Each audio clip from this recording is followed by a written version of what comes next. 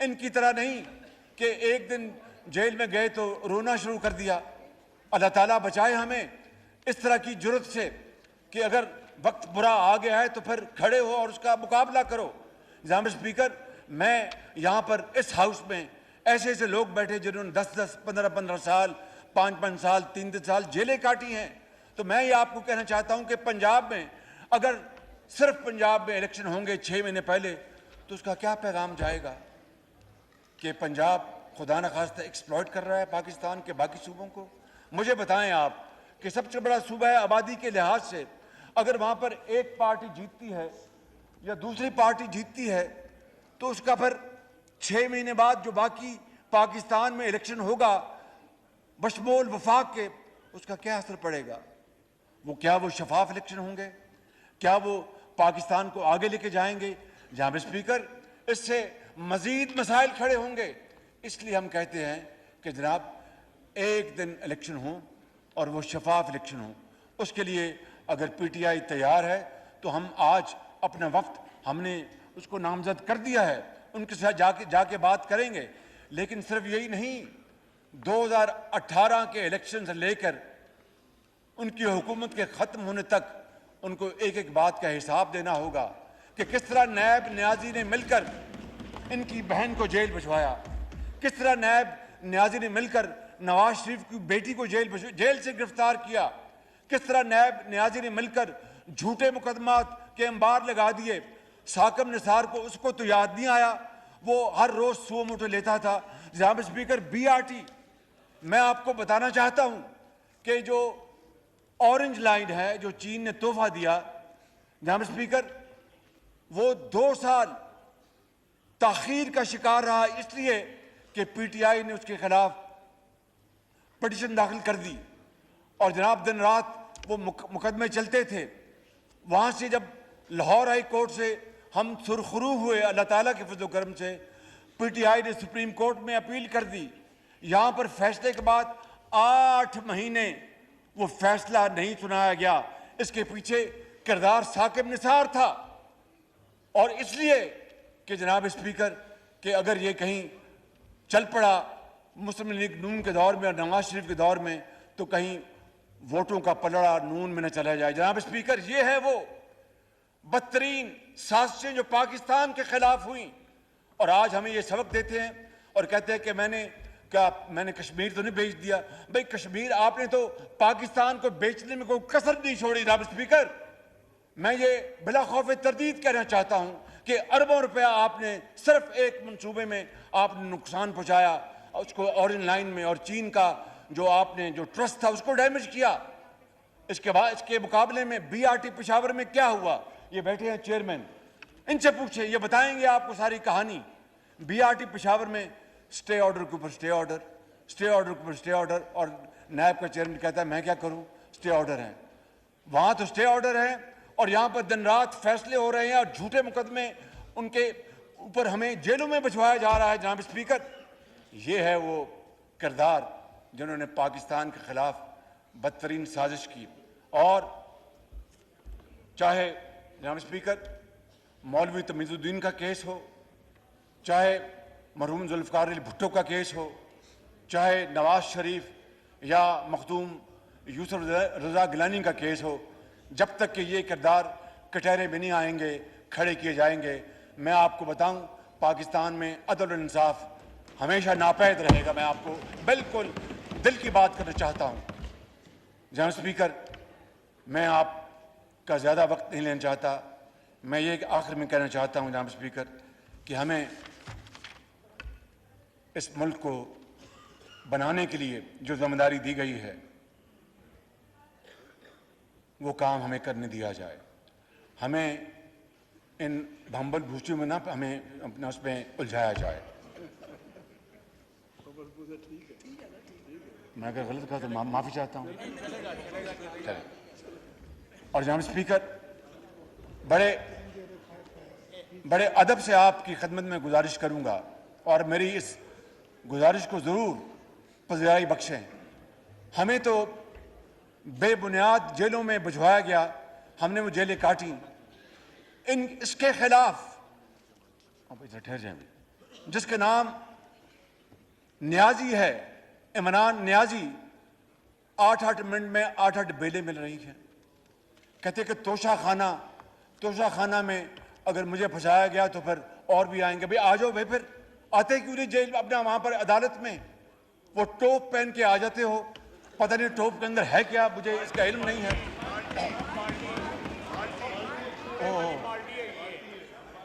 بالٹی پر، اچھا بالٹی ہے وہ، اچھا میں سمجھا کہ وہ ٹوپ ہے. میں سوری جناب اسپیکر، وہ بالٹی یا ٹوپ پہن کے آ جاتے ہیں. اچھا، تو میں یہ کہنا چاہتا ہوں جناب اسپیکر کہ یہ جو سلسلہ ہے یہ عدلیہ کے لیے ایک بڑا سوال ہے کہ ایک طرف 8 منٹ میں 8 بیلیں دی جا رہی ہیں.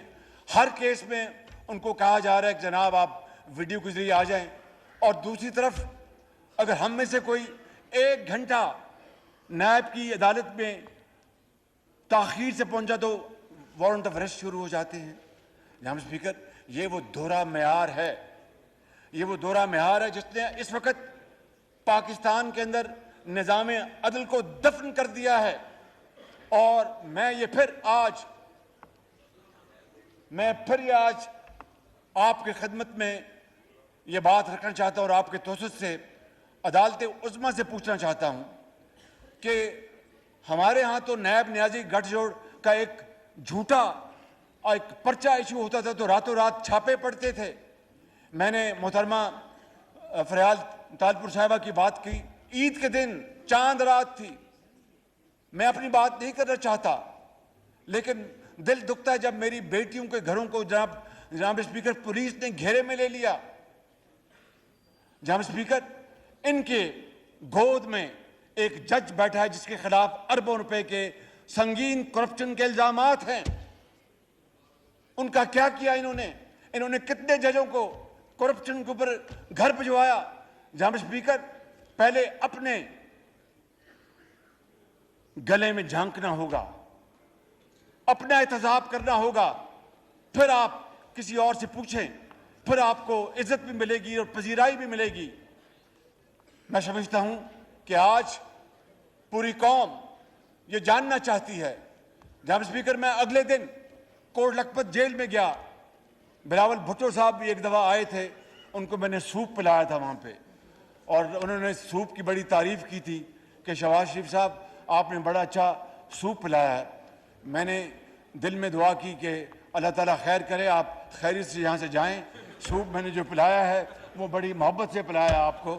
جناب اسپیکر، وہاں پر سینکڑوں قیدی موجود ہیں جن کی ضمانتوں کی بیلیں 8 سال سے سنی نہیں گئی.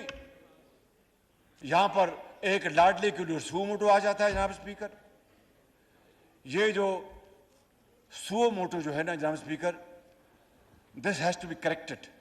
اور آج اس قانون کو انہوں نے کہہ دیا ہے کہ یہ قانون جامد رہے گا جب تک کہ عدالت فیصلہ نہیں کرتی. یہ انصاف نہیں ہے، یہ سینہ زوری ہے.